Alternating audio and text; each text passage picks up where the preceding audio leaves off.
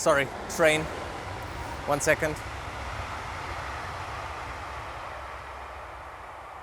Okay, are we ready now? Okay, great. Hello and welcome to BSides Berlin 2021.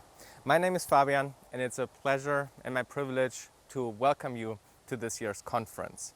BSides Berlin has happened last year already in 2020 after a decade-long break. So it was kind of a good start or maybe a bad start, I'm not so sure, but last year's conference happened in February, just before the pandemic hit. What is that? Like a comeback of a conference, and then the pandemic hits, and 2021 we have to do this online.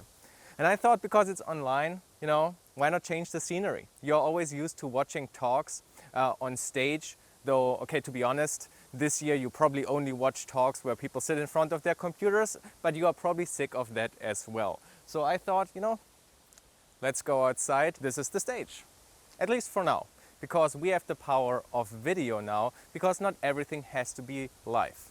BSides Berlin is special to me because while I'm not originally from Berlin, if you are living in Berlin, you probably know the stereotype of Swabians from the south of Germany moving to Berlin. I'm one of them, I'm sorry. But I connect a lot of my introduction into hacking and the hacking community with Berlin. Berlin was the place where I visited my first hacking conferences.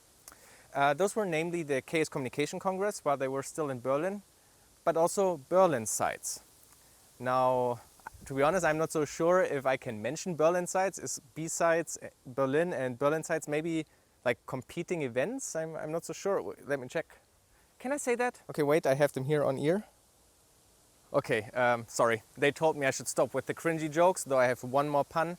The title of this keynote is Controversial Security, because offensive security would have been a better name, but a company has trademarked it and is going after people using this very generic security term. So I thought that would be funny to include, but I promise now I will stop. I'm sorry.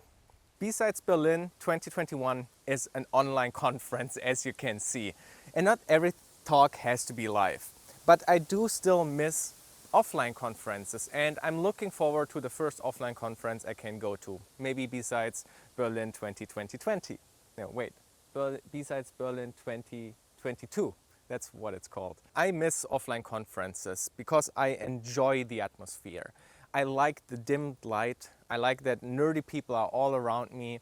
I also just enjoy to be by myself and open my laptop, play CTF, or just browse Twitter while enjoying this atmosphere of groups talking about technical topics or listening to a talk in the background. I really enjoy that. But I also enjoy meeting people and getting to know people, and that obviously is kind of missing in an online conference like this. I don't want to say that online conferences are better or offline conferences are better. They are just different, and I want to explore this also a little bit next. While I do enjoy offline conferences, I do not enjoy giving talks at offline conferences. It's a bit difficult because I actually do enjoy presenting a topic and talking about something, but I do not enjoy standing on stage with a live audience because I suffer with severe anxiety when it comes to that. Here's, for example, me giving a conference talk a few years ago, and while I think I look pretty confident and good on stage, what you don't see is that just before walking onto that stage, I've been throwing up in the bathroom, and I've been suffering the whole morning before doing it. The only reason why I could give this talk was my colleague at the time, who was really pushing forward and let's do this talk together. Without his pressure and also kind of his backup that if something would happen to me, he could just take over my parts, I probably wouldn't have done it. And I'm sure there are lots of people that feel the same way, that are very insecure going on stage giving presentations. Even though the people that are very insecure, I think, prepare their talks a lot more and make really good talks, which is then unfortunate. So this is the reason why I don't give this presentation live and why I decided to make a video instead. But hopefully you can also see the advantages of making videos, maybe make it a bit more exciting or engaging by stepping onto a weird stage. While I do enjoy the atmosphere at conferences and do enjoy listening to talks, to be honest, I think presentations are really, really bad. I don't think that they are great knowledge transfer. They are often very boring and not very great and not really engaging. And I just think alternatives like making videos are a better way of transferring this knowledge. It's very unfortunate because these researchers that are presenting those talks have mind-blowing research. The technical ingenuity or creativity is beautiful, and I want researchers to be able to stand on stage and present their findings and be a bit celebrated for their amazing work that they have done. But then their talk they deliver is boring, to say carefully. There's also this very unfortunate coolness factor about talks where the presenter says proudly, I didn't prepare my talk, I just did it last night in the hotel, or I did it on my flight over here. I've heard this so many times from friends that are very great hackers and researchers doing cool work, but they kind of destroy the presentation through that. Not everybody is a natural speaker that can just go onto stage without a preparation and make a great talk. And so here I'm asking you, if you are presenting, to maybe put a bit more work or thought into your presentation. You know, recording a video and watching yourself back. We had trains, now we have wind. What is this? Okay, maybe it wasn't that good of an idea to do it outside. Sorry. Anyway, what I wanted to say is that you can, try to improve your talks. That would be very nice. And a 45-minute presentation can be condensed down easily to a 15-minute video. And then the people can watch it in their own pace. They can skip ahead, skip back and forth. It's just, I think, superior to the traditional style of presentation where we try to convey some knowledge in IT security. Of course, there are also alternatives like giving workshops and all that stuff, but just in form of, here I present a topic to you. I think scripted and edited videos are just nicer, at least to me. Okay, I think it's getting too windy. I'm really sorry. I think we should change the track. Do we talk now about different tracks in different rooms? So follow me along, we head somewhere else.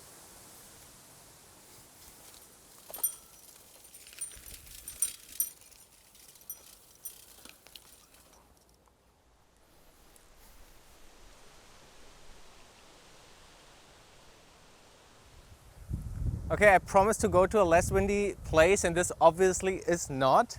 I'm sorry about that, but I think it's a beautiful place, so let's do it here, for now at least. So I was just talking about that presentations I don't think are that great and that I prefer videos. And some of you probably don't know me, so I probably should have introduced myself more, why I care so much about video. That's because I have a YouTube channel called LiveOverflow, and I've been making IT security videos for the past roughly 6 years. Okay, this is a problem I haven't anticipated. Now we have wind and people just running through the stage. That wouldn't have happened on a real stage. Maybe it's time to go to, a real stage.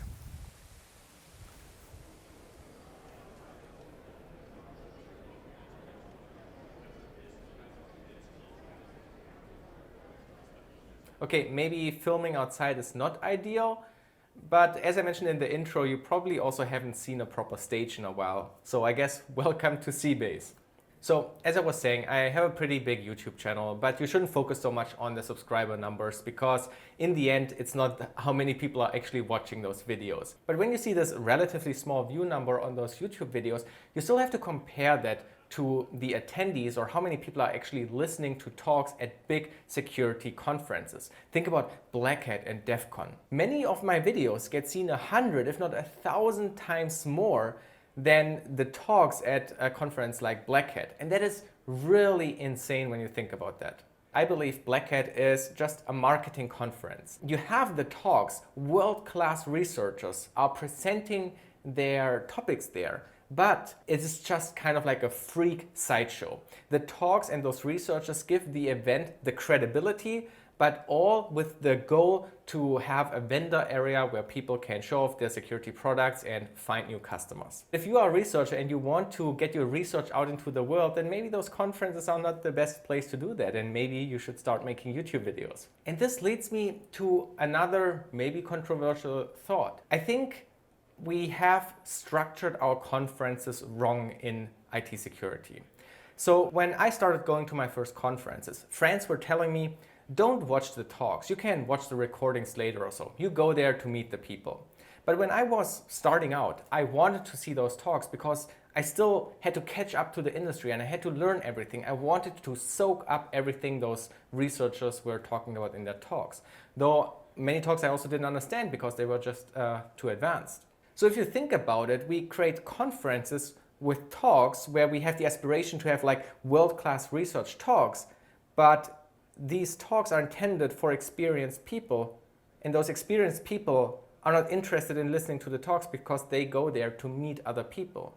While the beginners go to this conference in the hope to maybe learn more technical knowledge. So I'm wondering, should we not maybe restructure how security conferences look like? Wouldn't it be better if instead we organize talks that help the beginners? Basically mostly offer introductory kind of talks, or maybe even do them as workshops. And of course, if there's cool research to present, that can be shown as well, but maybe focus more on looking for just people that are willing to explain basic topics. This way you can, advertise it also to developers to come into the security conference and learn something, because it's not required that you know already a lot and go into these very advanced talks. And then on top of that, you should structure the conference in a way that helps the professionals to mingle and meet each other better. There are many ways and gamified solutions how that could be done. It starts from just having good spaces where people can meet, tables set up, maybe areas with couches. You can do kind of like the speed dating idea where you maybe draw names and then you meet up with that person. There are many ways how you can kind of mix up the crowd so people can meet each other. And so maybe that should be the focus. There's actually a good conference format that did this a while ago, also here in Berlin. Berlin is just such a great place, I guess.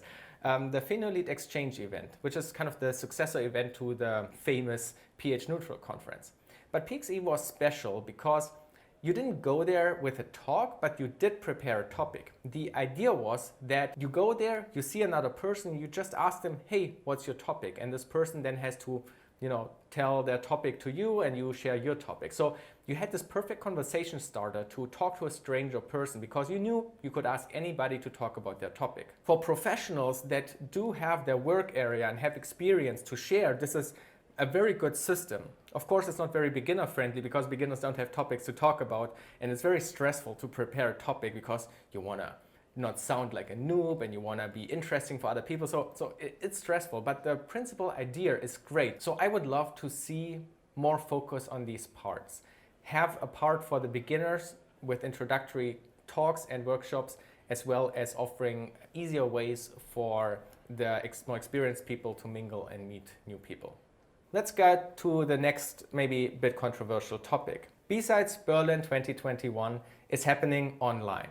But last year it was organized at a place, at cbase. And the cbase is a non-profit organization, a community place, very influential place in activism, political movements, and so forth. And a lot of privacy movements coming out of this place as well. It makes me a little bit awkward to be here kind of being a YouTuber. To be transparent, Google has sponsored several videos on my channel, which I do think are great hacking videos. I obviously have a bias, but I cannot help but feel a little bit weird that I'm in this place where so many people are fighting for privacy and I'm here being a fanboy of the antagonist of the privacy movement. And I do want to acknowledge this criticism because it's absolutely valid, it totally makes sense, and there's so much more work that could be done in terms of privacy and the exploitation of data or the abuse of data. But I cannot help to see also this huge benefit YouTube especially is providing us.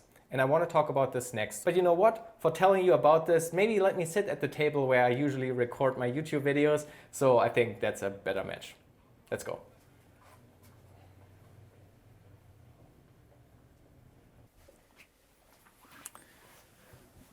Welcome to my YouTube space. Of course, I'm thinking a lot about YouTube, the YouTube policies on hacking videos and the videos that get taken down wrongly. And oftentimes people recommend to move the content to open platforms and host it elsewhere, like PeerTube. And here's the crux of the matter. YouTube is not just a video hosting platform.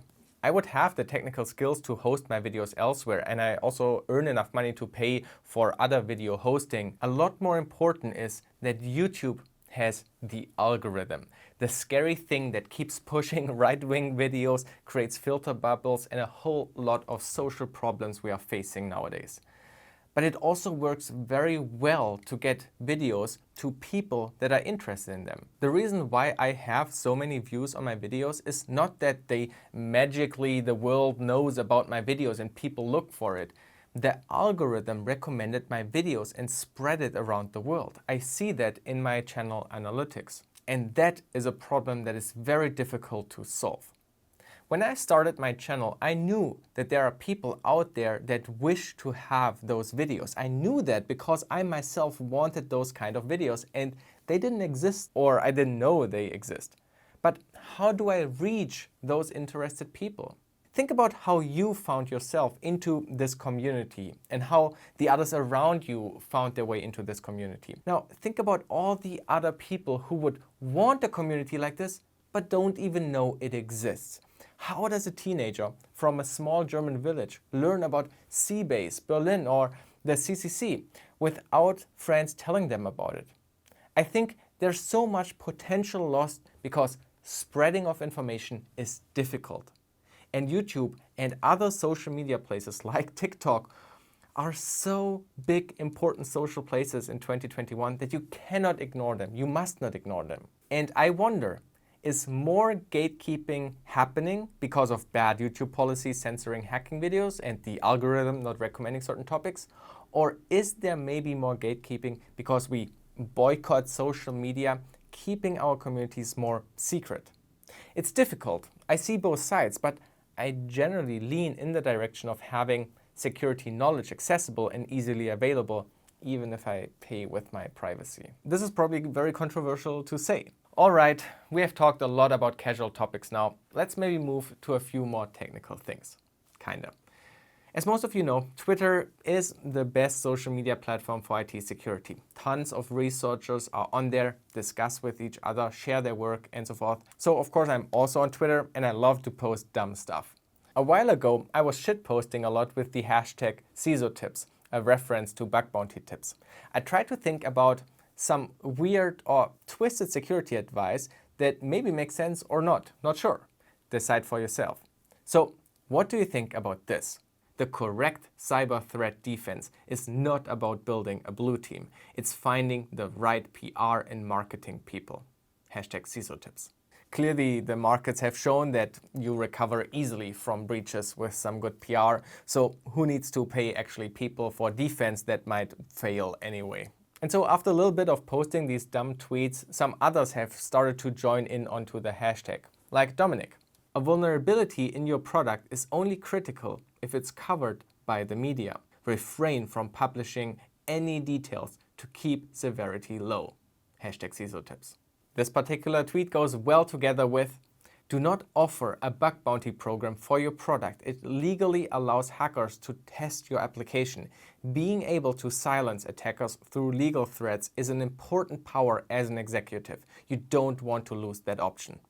#CISOtips. But wait for this one here. This is my favorite take because first of all, it applies to my job. It's ßlertips and it has the hashtag entrepreneur. Pen testing is an industry of the unknown.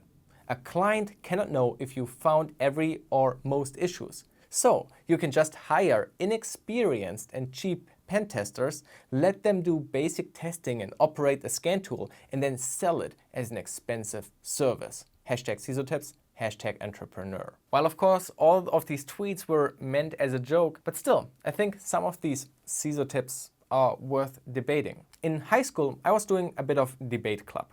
For those who have never done proper debates, it works this way. A topic or question is selected and you either argue for or against it. You cannot choose, so it's very likely you have to defend the side you don't even agree with. I have a very bad habit of being devil's advocate when arguing with friends and families, so I tend to defend options I don't agree with. But I think that's really important and it forces you to really put yourself into the other side's shoes and really understand the topic. Maybe you even change your opinion or you develop better arguments for it. And I have to say, I would love to see a proper debate on those CISO tips. And maybe we noticed that there could be more truth to them than we would like. Maybe I post too much crap on Twitter, but here's one more thing. As a pen tester for an app, I look at the app's features and I will not report something when I think it's not a realistic threat.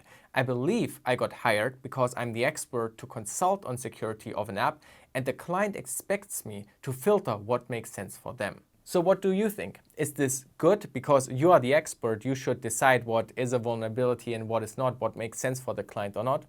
Or do you think it's bad and the client should get all the information that you have? I give you just a moment of time. Maybe you can write in chat what you think. Is it good or is it bad? Come on, please write. Is this keynote still engaging? Am I losing people? Come, please wake up, write something in chat, please do something. Maybe I should change scenery again. Yeah, let's go somewhere else.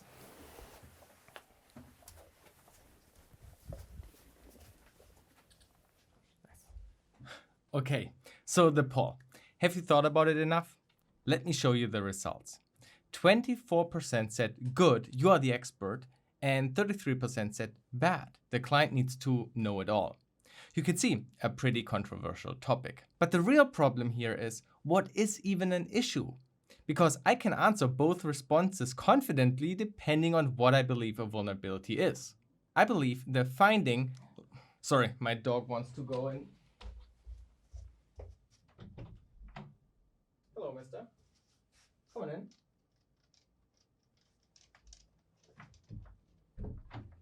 Cool. Welcome. Let's do the example. There is this very typical issue that is reported on mobile pen test reports, and that is the lack of certificate pinning. And I believe that is not a vulnerability. Yet, a lot of mobile app testing guides and static analysis tools will flag this as an issue, which leads to a ton of people reporting that. The argument is always the same.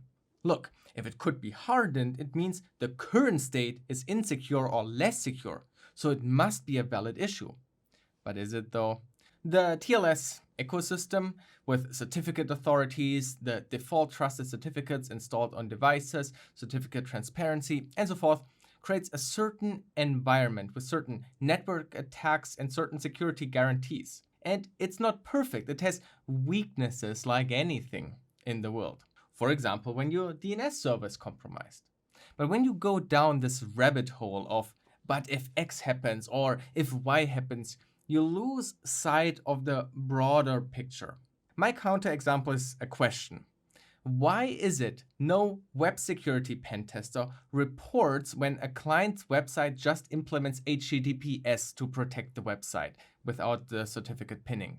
Why is that not a typical report? If SSL is properly implemented, can we really talk about it being generically a vulnerability? So for me, the lack of certificate pinning on mobile is generally not a vulnerability. And to be honest, I believe that a lot of times this is reported to kind of fluff up a report and make the report look like it's better or more crazy than it actually is. But I personally would rather return an empty report, but also explain what I tested and tell them I have no findings, rather than exaggerating the threats.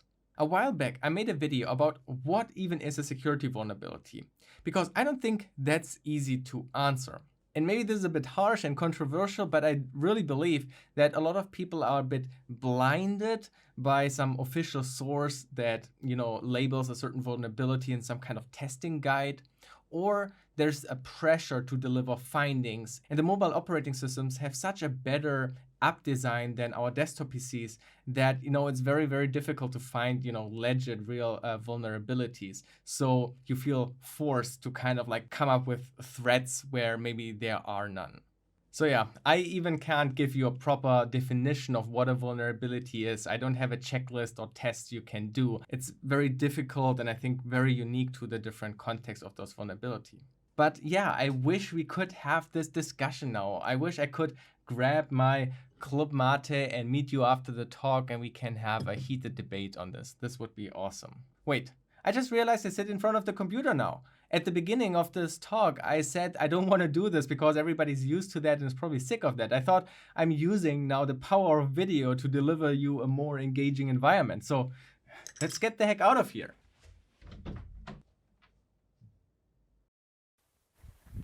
Hey, LiveOverflow here. Is this, by the way, the first keynote happening at least partially in a basement? I was just talking about an example that I think sometimes is seen as a vulnerability, but I just categorically think it's not a vulnerability. But there's also another side to this. There are issues I would generally say, yes, they are vulnerabilities, but I don't think they apply in every case.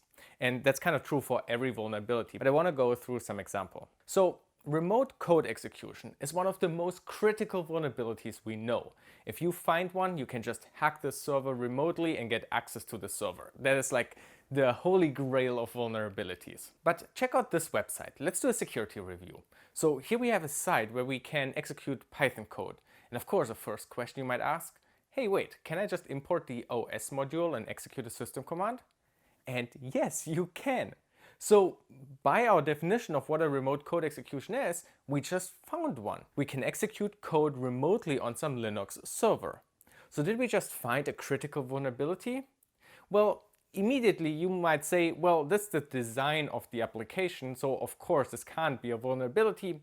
But you also know that oftentimes vulnerabilities are features implemented by developers. Sometimes features just have too much power and they can be exploited and abused in the terms of a vulnerability. So this is not necessarily a good metric, but it's a good first test. Ask yourself, is this an intended feature? And so what's more important is, if this is an intended feature, are there measures to prevent further exploitation? And of course, there are also abuse issues when you have code execution like this. Maybe you could run a crypto miner, but these are just abuse things. You can't really prevent those. When we talk about security issues, we typically mean something that would compromise maybe the integrity of other user accounts. Maybe if you could query the internal database directly and dump the data, or if you could overwrite web server code and mess with the whole application, then yes, that would be a vulnerability, and typically that's the impact of a remote code execution vulnerability, but not in this case. In this case, we are hopefully at least on an isolated container probably. So the initial code execution here is not a vulnerability. However, if you could somehow escalate from that, if you would now be able to reach internal services that could be exploited, reach internal databases, or if you could maybe escape out of this container, then yes, then you would find a vulnerability, but then that escape would be the vulnerability, not the remote code execution itself. And this shows us that vulnerabilities need to always be looked at in the context of a certain application. This means looking at all those vulnerability testing guides, for example, the OWASP testing guide, you always have to ask yourself, with each vulnerability, does it even apply for this application? Does it even make sense? So let's do another example. So here you have an API that returns and reflects user input. So you can turn that into a cross-site scripting vulnerability. You can execute arbitrary JavaScript code here. But is this really a vulnerability? Well, in my example here, this is an API used by a mobile application. It's exclusively used by a mobile application.